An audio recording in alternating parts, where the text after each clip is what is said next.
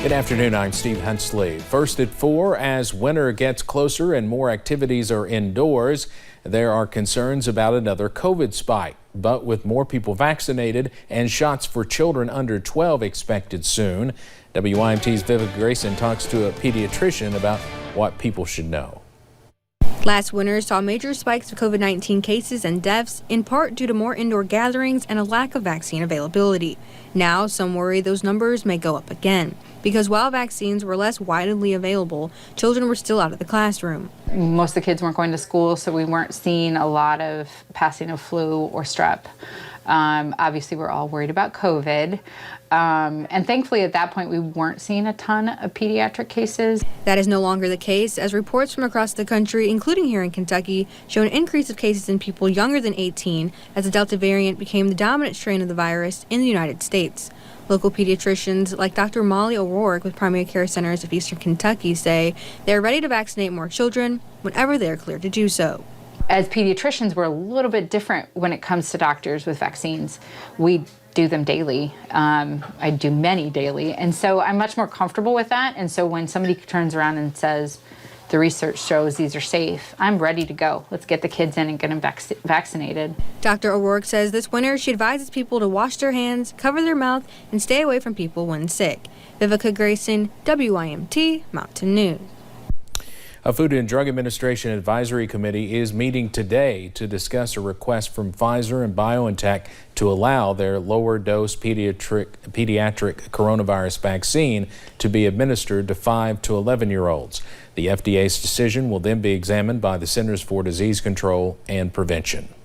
United States Department of Agriculture Secretary Tom Vilsack announced more than $1 billion available for rural broadband expansion. The department is also investing almost $4 million to improve distance learning and telemedicine services. Appalachian Regional Healthcare will use more than $500,000 to enhance its telemedicine program. Telemedicine is helpful for doctors and patients in a number of ways. It can reduce travel time. It can also get patients care that they may not have access to, specialty care that they may not have access to close by. And it can sometimes reduce wait times for appointments.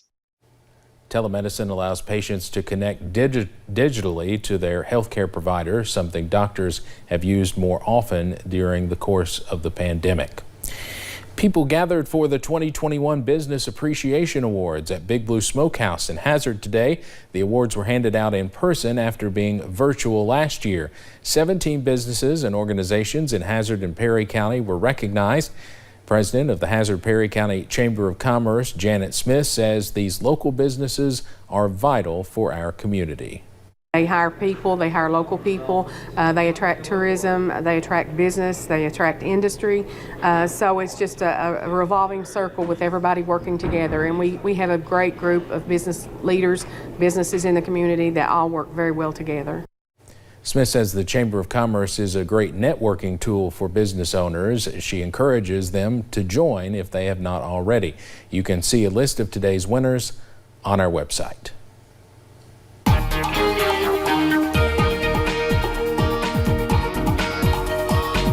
And a cool and gloomy day in the mountains today. We had quite a bit of cloud cover, in fact still do in many spots, keeping those temperatures on the chilly side. Camera at UVA-wise showing the overcast we've had all day. A little bit of mist, a little bit of rain, but most of that has worked on out of the region as drier air continues to filter in.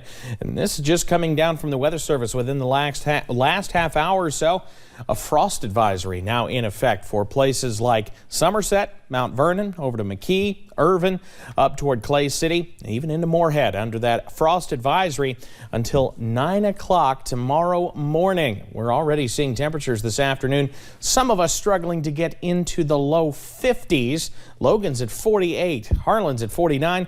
Most of us are in those low 50s, and we're headed even lower tonight because while we've had the cloud cover so far today that's kept high temperatures in check, low temperatures tonight are really going to tumble once we get that clear skies in here. And that's what's going to give us very cool temperatures tonight. So keep that WYMT weather app handy because you see we're already in the low 50s by 6 o'clock. By the time we head to bed, we're talking low 40s.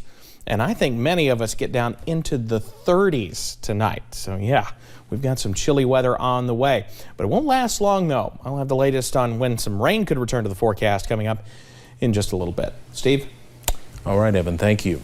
We're learning new information about the investigation into the deadly shooting on the set of an Alec Baldwin movie in New Mexico.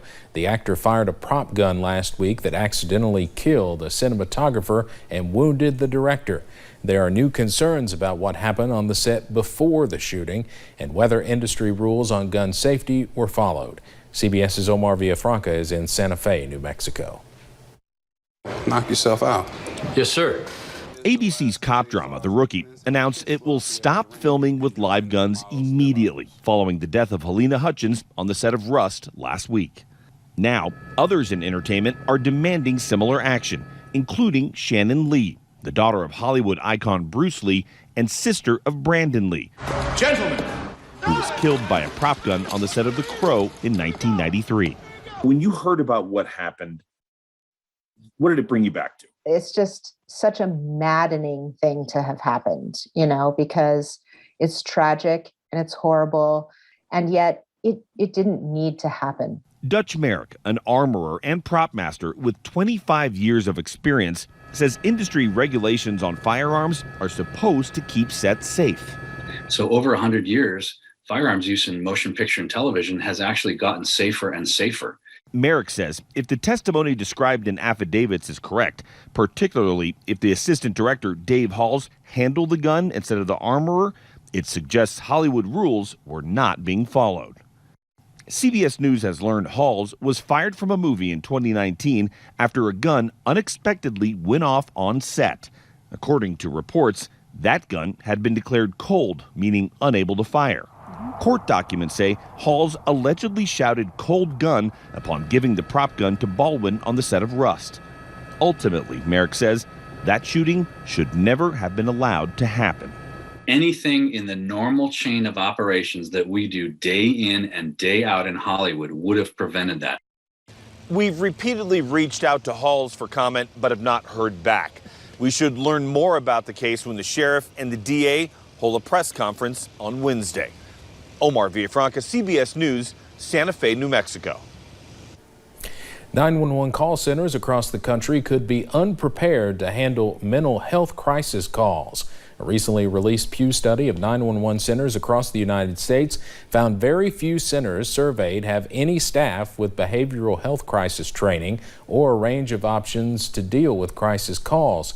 However, Pew sent their questionnaire to 233 call centers across the country, but only received 37 responses, so it cannot represent the nation as a whole, but does provide insight on what steps centers can take if they do not have these resources. Major U.S. airlines are donating more than 20,000 tickets to Afghan evacuees. United, Delta, American, JetBlue, and Alaska Airlines are contributing flights. Boeing, Frontier Airlines, Air Canada, and TripAdvisor are also helping. Miles for Migrants, which donates frequent flyer miles and credit card points to help displaced people travel, is coordinating the effort.